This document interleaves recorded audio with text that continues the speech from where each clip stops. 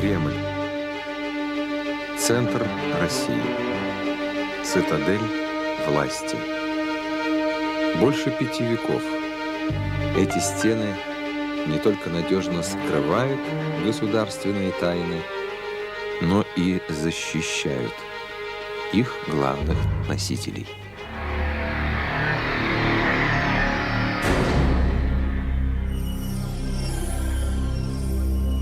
Утро 22 июня 1941 года в Москве было солнечным. Этот день превратил крыши многих московских домов в режимные объекты. Что уж говорить о знаменитом доме на улице Грановского. Отсюда старшему сыну Сталина Якову Джугашвили было всего 5 минут ходьбы до кремлевской квартиры отца.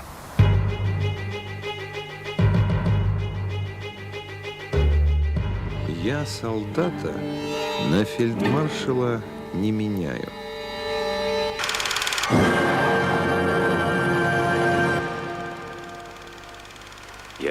Эта фраза, якобы произнесенная Сталиным в ответ на предложение обменять плененного старшего сына Якова на фельдмаршала Паулюса, вот уже 6 десятилетий гуляет из книги в книгу, из фильма в фильм.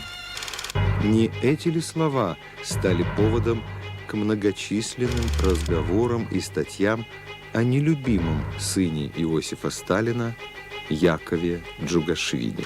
В этом фильме мы не ставим перед собой цель выяснить, была ли эта фраза когда-то произнесена. Зато попробуем ответить на другой сенсационный вопрос. А был ли вообще сын Сталина в плену? Впрочем, обо всем по порядку.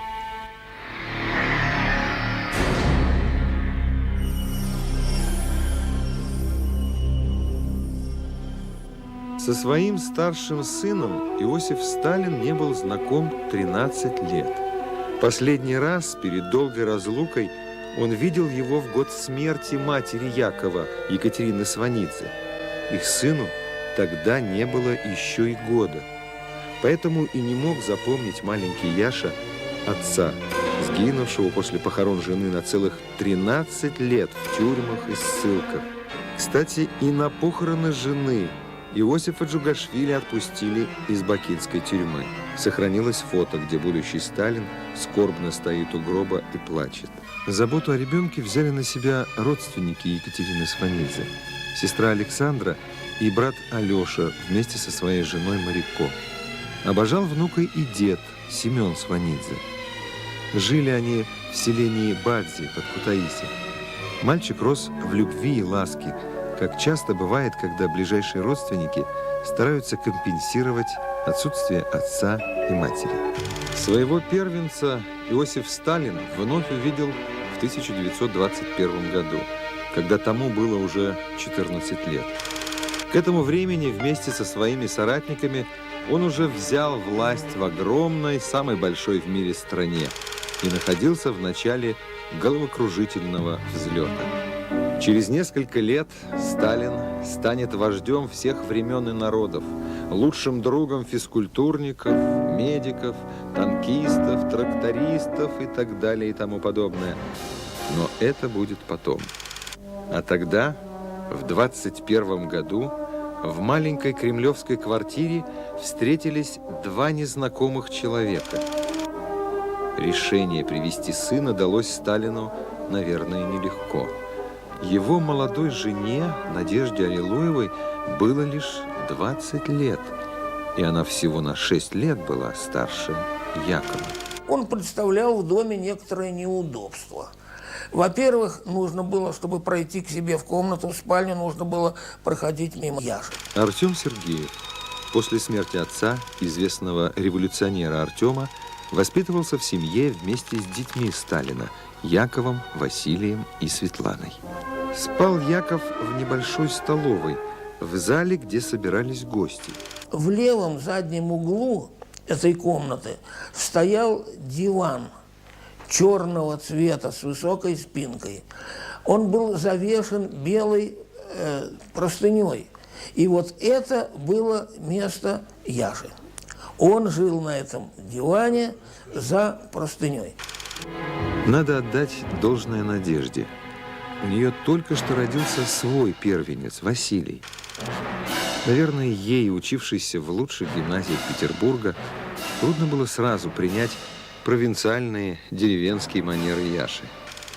Но по воспоминаниям родных, отношения с Яковом у нее сложились сразу ровные и спокойные. Так что, вопреки многочисленным слухам, в семье старшего сына Сталина приняли нормально. Была у Якова другая, достаточно серьезная проблема. Он почти не говорил по-русски, а надо было учиться в обычной московской школе. И язык он знал недостаточно. И главное, пробелы в образовании были. И он оказался переростком среди соучеников своих. Понятно, что учеба давалась Якову нелегко. Зато он побеждал во всевозможных шахматных турнирах и был одним из лучших школьных футболистов. И очень симпатичным молодым человеком. Девушки все очень влюблялись в него. А у него такой был добрый характер, что он как-то не мог отказать, вот, поухаживать, или там грубо отказать. У него этого не было. Кира Политковская, племянница жены Сталина Надежды Аллилуевой. К нему все девушки лезли. Даже не зная, что он там Яков, и Джугашвили особенно никто и не знал. К теме лезущих девушек очень болезненно относился по-своему любивший Якова Сталин. Первый конфликт на этой почве между отцом и сыном произошел через год после окончания школы. Отказавшийся, вопреки советам отца, от поступления в институт, Яков объявил, что решил жениться на красавице Зое Гуниной. Необходимо отметить, что Зоя, слушательница курсов английского языка из подмосковного города Дмитров, в тот момент исполнилось 16 лет. Как и положено в таких случаях, отец и все родственники стали стеной против этого брака. Александр Семенович Сванидзе, это значит брат родной жены первой Сталина. И он тоже говорит, какая женитьба, ты должен сначала институт кончить, а потом уже жениться. И они так расстроили Яшу, что он решил стреляться. Где взял пистолет 19-летний Яков Джугашвили, неизвестно. Спусковой крючок он нажал ночью на кухне кремлевской квартиры. Целился в сердце, но не попал. Пуля прошла мимо жизненно важных органов. На выстрел сбежались домочадцы. И на 3 месяца квартирой для Якова стала больница. Его навещали все. Только отец не приехал ни разу. Письмо Иосифа Сталина Надежде Аллилуевой. «Передай Яше от меня, что он поступил как хулиган и шантажист, с которым у меня нет и не может быть больше ничего общего. Иосиф Сталин». Известна еще одна фраза, брошенная отцом сыну. «Хи, не попал». Так, по-сталински, презрением он хотел вылечить своего мягкого и доброго сына. Сталин был вне себя от ярости, но Яков оказался достойным сыном своего отца, таким же упрямцем. Выйдя из больницы, он все-таки женился на Зое и уехал жить на 4 года в Ленинград к родителям Надежды Аллилуевой. В 1929 году Зоя родила девочку Галю. Денег на жизнь катастрофически не хватало. Обиженный и рассерженный Сталин не помогал, а зарплата у устроившегося на работу электриком Якова позволяла лишь еле-еле сводить концы с концами. Свою первую внучку Сталин так и не увидел. Девочка умерла, не прожив и года. Совсем юные мама с папой такого удара не выдержали. Зоя стала обвинять мужа в том, что он не может устроить ее быт. Начались ссоры, и в конце концов брак распался. Надо отдать должное Сталину-старшему.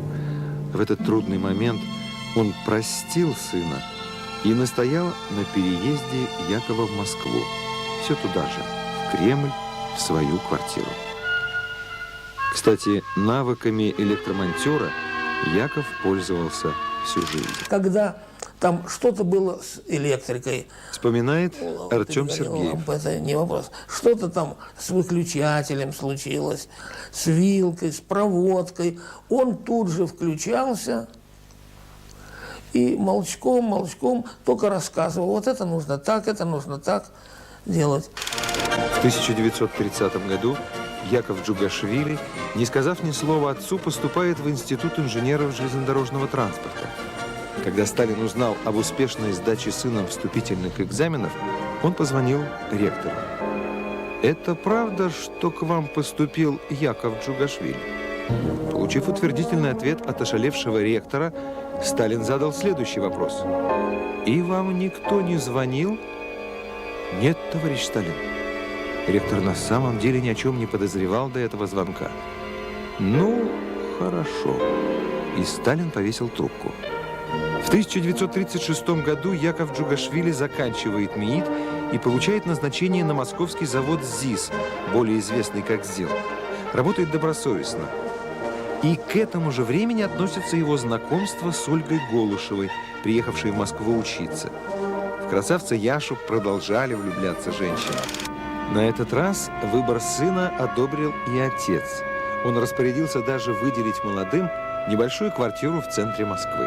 Однако брак с Ольгой так и остался не зарегистрированным. Когда она уже ждала ребенка, начались размолвки. Рожать Ольга уехала в Урюпинск к родителям. Яков туда не поехал. Но по его настоянию сыну все-таки присвоили фамилию Джугашвили. И опять Иосиф Сталин внука не увидел. В 1937 году по совету отца Яков поступает в артиллерийскую академию. Учитывая редкое по тем временам высшее образование, после окончания первого курса его сразу переводят на 4-й. Из аттестации слушателя 4-го курса командного факультета арт-академии лейтенанта Джугашвили Якова Иосифовича. Партии Ленина, Сталина и социалистической родине предан, общителен, учебная успеваемость хорошая, но в последнюю сессию имел неудовлетворительную оценку по иностранному языку. Старшина группы капитан Иванов. Обратим сразу внимание на эту неудовлетворительную оценку по иностранному языку, полученную в 1940 году. Через год, в 1941-м, немцы, составляя протокол допроса плененного Якова Джугашвили, напишут буквально следующее. Группа армий «Центр», отдел 1С, дробь АО, штаб, 19 июля 1941 года. Джугашвили владеет английским, немецким и французским языками и производит впечатление вполне интеллигентного человека. Вот такое получается несоответствие. К тому, что стоит за ним, мы еще вернемся. А в 1938 году, еще учась в академии, Яков заключает 3-й брак. Его новой избранницей становится одесситка, артистка балета Юлия Мельцер. Для нее это замужество было не первым. Активная светская Юля общалась и дружила со многими известными в те годы людьми. Она познакомила Якова с певцом Иваном Козловским, композитором Дмитрием Покрасом, ввела в семью своей подруги Щербаковой. Она Артем Сергеев. обеспечила большой круг знакомых для Яши, именно людей, от которых он мог получить необходимые сведения, необходимые данные и многому поучиться. Все было бы хорошо, если бы не Сталин-старший. Он опять не воспринял выбор своего сына. Он был в гневе. Теперь, похоже, его не устраивала национальность невестки. В 1938 году родилась дочка Галя. Жили вот в этом знаменитом доме на улице Грановского, в квартире 84. Отсюда 23 июня 1941 года, на 2-й день войны, Яков Джугашвили отправился на фронт. С отцом он увидеться не успел, лишь позвонил ему по телефону и услышал благословение «Иди и воюй». Воевать ему долго не пришлось. Видимо, Иосиф Сталин чем-то сильно прогневил судьбу, если уже через 3 недели после начала войны именно его сын попал в плен. Ни Молотова, ни Кагановича, ни Берии, а именно Сталина. Попал в плен или сразу был убит. Впрочем, не будем забегать вперед. Яков Джугашвили не успел отправить с фронта ни одной весточки. У дочери Галины Джугашвили хранится единственная почтовая карточка, направленная отцом жене Юлии из Вязьмы по пути на фронт. Она датирована 26 июня 1941 года. Письмо для нашего рассказа очень важно. Это еще и последний образец почерка сына Сталина. Из письма Якова Джугашвили Юлии Мельцер. «Дорогая Юля, береги Галку и себя. Скажи ей, что папе Яше хорошо. При первом удобном случае напишу более пространное письмо. Обо мне не беспокойся, я устроился прекрасно. Весь твой Яша». О том, как отец уходил на фронт, Галина Джугашвили спустя годы узнала от соседки по дому. Она слышала, долго слышала плач мамин после того, как отец ушел. Даже не плач, она говорит, мама голосила, вот как бабы в деревнях по покойниках голосят. Чувствовала, что ли, она, что он не вернется. О том, что произошло в середине июля под Витебском, написано много и эмоционально. Согласно общепринятой версии, 16 июля 1941 года немцам, уделявшим огромное внимание пропагандистскому прикрытию нападения на Советский Союз, в руки попал такой козырь, как сдавшийся в плен сын главного противника. Как говорится, если бы этой ситуации не было, ее бы стоило придумать. Ее и придумали. А вот что конкретно и до какой степени врали, давайте разбираться. Итак, 11 июля 1941 года немцы ворвались в Витебск. В результате сразу 3 наши армии оказались в окружении. В их числе 14-й гаубично-артиллерийский полк 14-й танковой дивизии, в которой командиром батареи служил старший лейтенант Джугашвили. Теперь уже не секрет, какая паника и неразбериха творились в окруженных частях в начале войны. Приведем лишь 2 цифры. 1 миллион убитых и 724 тысячи пленных бойцов и командиров Красной Армии за 3 недели войны. Всего за 3 недели. О Якове Джугашвили командование не забыло. Они понимали, что может быть с ними в случае гибели или пленения сына Сталина. Поэтому приказ командира дивизии полковника Васильева, начальнику особого отдела, взять Якова в свою машину, был жестким. Яков не был бы самим собой, если бы не отказался от этого предложения. Узнав об этом, комдив Васильев вновь приказывает, несмотря ни на какие возражения Якова, вывести его на станцию Лиозна. Как следует из донесения начальника артиллерии, приказ был выполнен. Однако в ночь с 16 на 17 июля, когда остатки дивизии вырвались из окружения, Якова Джугашвили среди них не оказалось. Куда же исчез сын Сталина? Здесь появляется первая странность. Если в момент выхода из окружения, несмотря на хаос, его так упорно пытались вывести, то почему после исчезновения не искали 4 суток? И лишь 20 июля начались интенсивные поиски, когда из Ставки была получена шифровка. Жуков приказал немедленно выяснить и донести в штаб фронта, где находится командир батареи 14-го гаубичного полка 14-й танковой дивизии старший лейтенант Джугашвили Яков Иосифович. Подпись «Маландин». Приказ доложить о результатах поиска Якова Джугашвили исполнили лишь 24 июля, еще через 4 дня. Может быть, знали о том, что сын Сталина погиб? Во всяком случае, рассказ мотоциклистов, посланных на поиски Якова, выглядит как попытка окончательно запутать ситуацию. Итак, мотоциклисты во главе со старшим политруком Гороховым встречают у озера Каспля красноармейца Лопуридзе. Он рассказал, что выходил из окружения вместе с Яковом. 15 июля они переоделись в гражданскую одежду и закопали свои документы. Убедившись, что немцев поблизости нет, Яков решает передохнуть, а Лопуридзе идет дальше и встречает ту самую группу мотоциклистов. Старший политрук Горохов, как бы не понимая, кого он ищет, возвращается назад, решив, что Джугашвили уже вышел к своим. Ситуация становится более понятной из письма близкого товарища Якова Джугашвили Ивана Сапегина. Письмо отправлено брату Якова Василию Сталину уже 4 августа 1941 года по горячим следам. Дорогой Василий Иосифович, я полковник, который был у вас на даче с Яковом Иосифовичем в день отъезда на фронт. Полк попал в окружение. Командир дивизии бросил их и уехал из боя на танке. Проезжая мимо Якова Иосифовича, он даже не поинтересовался его судьбой, а сам в танке прорвался из окружения вместе с начальником артиллерии дивизии. Иван Сапегин. До 13 августа 1941 года информации о том, что же случилось с сыном Сталина, не было никакой. Человек сгинул, пропал без вести, как и сотни тысяч его соотечественников. Кроме красноармейца Лапуридзе, особисты Западного фронта не нашли ни одного свидетеля, способного пролить свет на таинственное исчезновение Якова.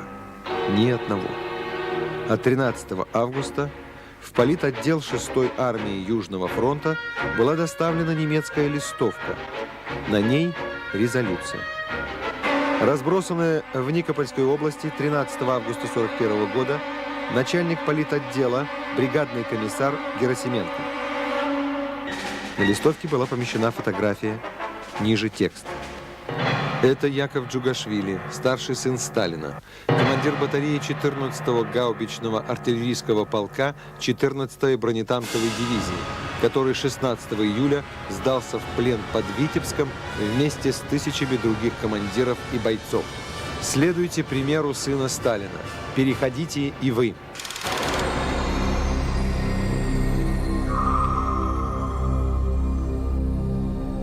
О том, что Яков в плену, немедленно доложили Сталину. Удар он получил очень сильный. Ко всем бедам начала войны добавилось еще и это – личное. А немцы продолжали свою пропагандистскую атаку. В августе появилась еще одна листовка, где воспроизводилась записка Якова отцу, доставленная Сталину дипломатическим путем. 19 июля 1941 года. Дорогой отец, я в плену, здоров. Скоро буду отправлен в один из офицерских лагерей в Германии. Обращение хорошее. Желаю здоровья. Привет всем. Яша. Как будто профессиональный драматург писал историю плена сына Сталина. Отношение Сталина-старшего к сдавшимся в плен советским солдатам в тот момент уже было хорошо известно. Маниакально жесткое отношение. Сдался в плен, переходишь в разряд врагов. И вот через 3 недели после начала войны в разряд врагов переходит собственный сын. Да еще смеет писать отцу записки, вместо того, чтобы застрелиться, как попытался сделать в далеком 26-м году. Если бы не некоторые документы и свидетельства, рассекреченные уже после войны, может сложиться впечатление хорошо прописанной пьесы. Впрочем, к подлинности этих свидетельств мы еще вернемся. А пока давайте проследим историю плена Якова Джугашвили до конца.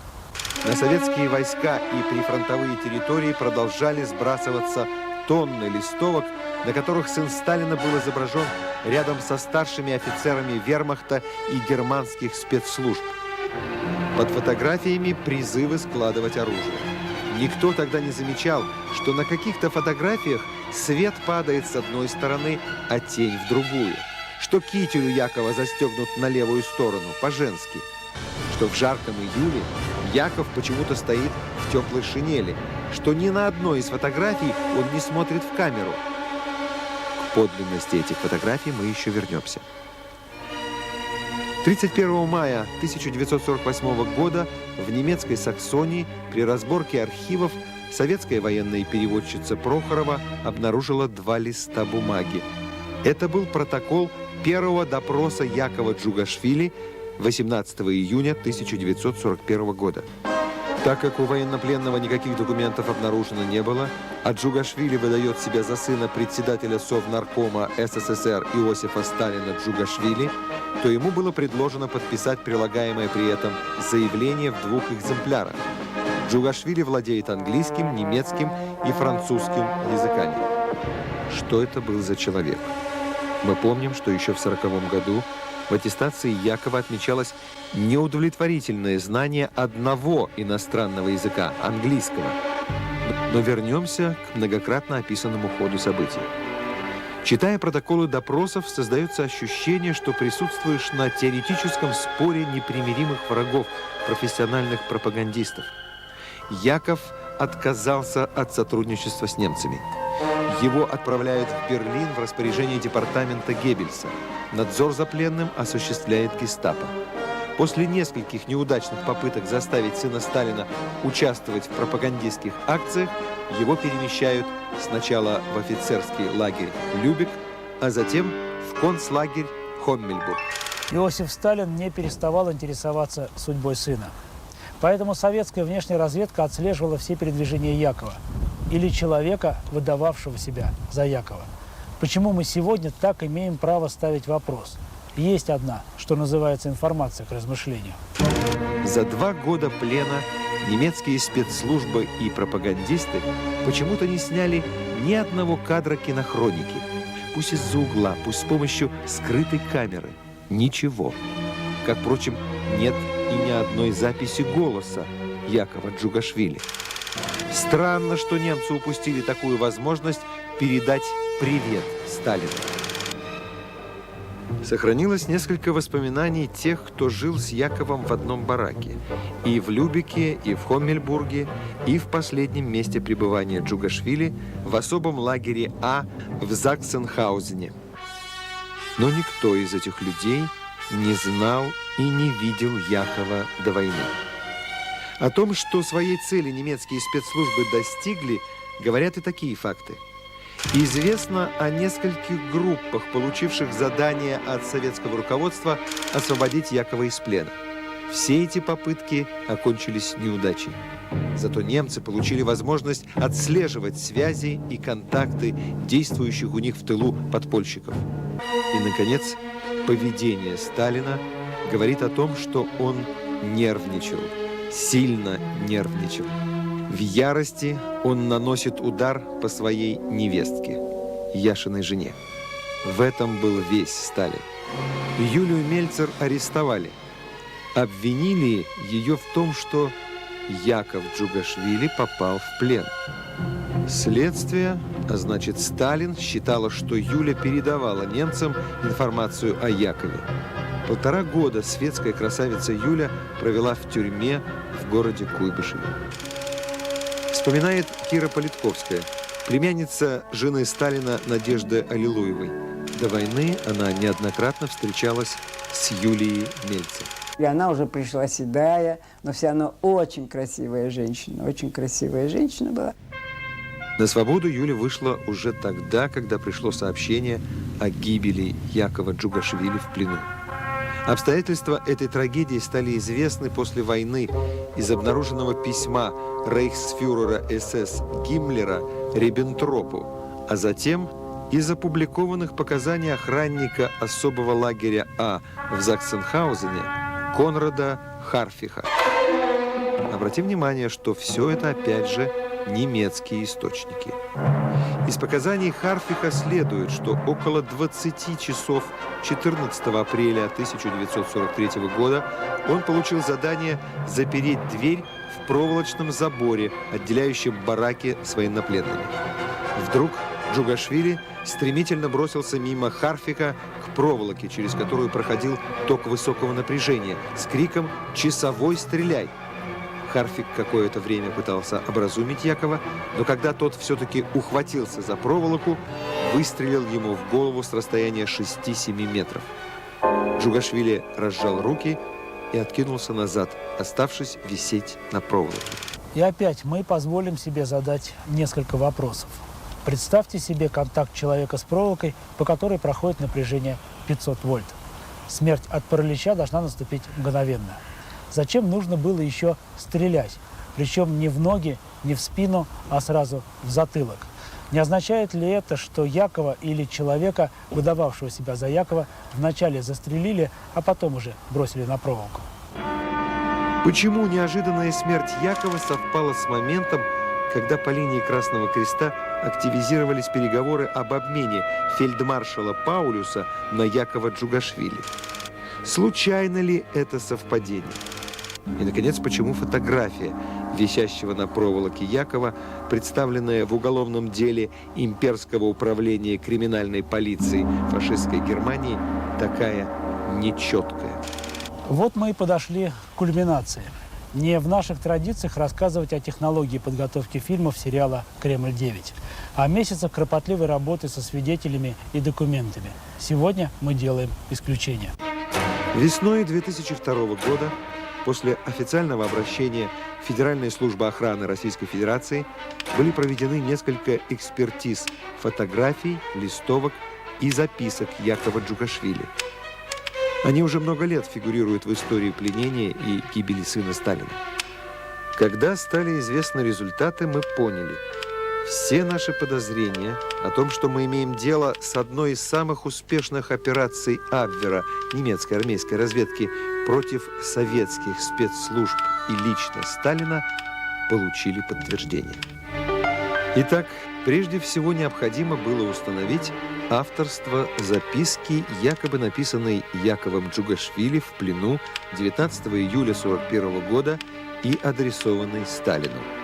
Эксперты Центра судебно-медицинских и криминалистических экспертиз Министерства обороны Российской Федерации располагали подлинными текстами, написанными рукой старшего сына Сталина незадолго до начала и в первые дни войны. При сравнительном анализе, в частности, выяснилось: наклон при написании буквы «З» в спорном тексте отсутствует. Яков же всегда писал эту букву с наклоном влево. Буква «Д» в записке, присланной из плена, имеет в верхней части завиток в виде петли, абсолютно не характерный для почерка сына Сталина. Верхнюю часть буквы «В» Яков всегда как бы сплющивал. В записке, адресованной Сталину, она прописана классически правильно. Эксперты выявили еще 11 несоответствий. Судебно-медицинский эксперт Сергей Зосимов. Имея достаточное количество рукописного материала, исполненного Джугашвили, скомбинировать такую записку из отдельных буквенных и цифровых знаков не представляет труда. Справка консультации номер 74/02 из заключения экспертов. Письмо от имени Якова Иосифовича Джугашвили от 19 июля 1941 года, начинающееся словами «Дорогой отец», исполнено не Джугашвили Яковом Иосифовичем, а иным лицом. Специалисты Виктор Калкутин, Сергей Зосимов. Итак, Яков Джугашвили не писал из плена отцу, не призывал складывать оружие. За него это делал другой или другие. Кто? И кто изображен на фотоснимках, сделанных немцами в период с июля 1941 по апрель 1943 года, во время возможного пребывания в плену старшего лейтенанта Якова Джугашвили. На фотографиях, полученных из немецких архивов, после скрупулезных исследований методом сопоставления и сканирования, были отчетливо зафиксированы следы фотомонтажа и ретуширования. Судебно-медицинский эксперт Сергей Абрамов. Вырезалось изображение лица, переносилось на снимок, вместо головы другого человека переносилась эта голова. Вот только забыли изменить форму всклокоченных волос, да и длина теней от двух фигур, изображенных на снимке, не соответствует расположению источника света. Они подрисованы. Промашку допустили немецкие пропагандисты и, монтируя фотографию, где Джугашвили якобы запечатлен на допросе. Если изображение двух немецких офицеров не вызывает никаких сомнений, они настоящие, то фотооблик мужчины, выдаваемого за пленного Якова, далеко не безупречен. Видны следы ретуши. И одет человек очень странно. Китель на нем застегнут на левую сторону, по-женски. Оказывается, при изготовлении этого снимка было использовано зеркальное изображение с другого снимка Якова Джугашвили. А вот перевернуть обратно немецкие спецы забыли. Справка консультации номер 194/02 из заключения экспертов. Снимки, изготовленные путем фотомонтажа, изображение головы исследуемого лица перенесено из других снимков и ретушировано. Судебно-медицинский эксперт Сергей Абрамов. Итак, фотомонтаж. Главный судебно-медицинский эксперт Министерства обороны Российской Федерации Виктор Калкутин. Ни в одном случае ни авторство Якова Джугашвили, в другом случае ни одного достоверного фотоизображения на представленных снимках при криминалистическом исследовании не выявлено.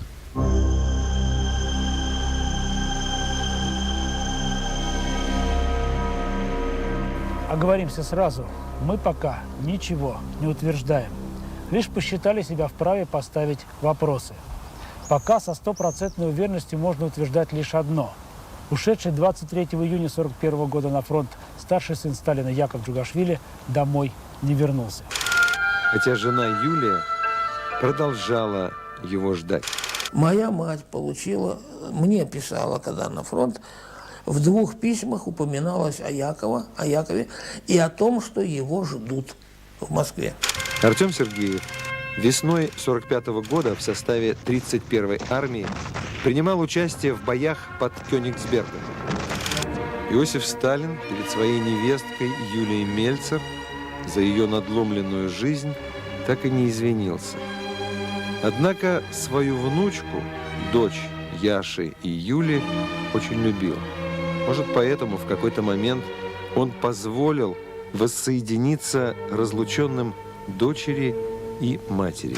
Она мне казалась чужой, я боялась к ней идти, и это привыкание длилось довольно долго. Мы со Светланой ездили туда, где жила тогда мама, сидели там какое-то время, потом обратно возвращались в Кремль там или на дачу, потом снова ехали, и вот так потихоньку, полегоньку, в общем, как-то приучили меня к ней. Полубога при жизни всесильного Сталина судьба в конце концов наказала через детей. На глазах спивался Василий. Он предчувствовал свою жуткую судьбу после смерти отца.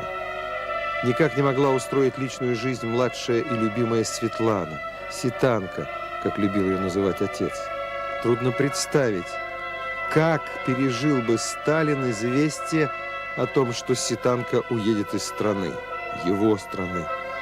Сгинул на войне старший сын Яков, невольно оказавшись в центре самой громкой провокации против отца.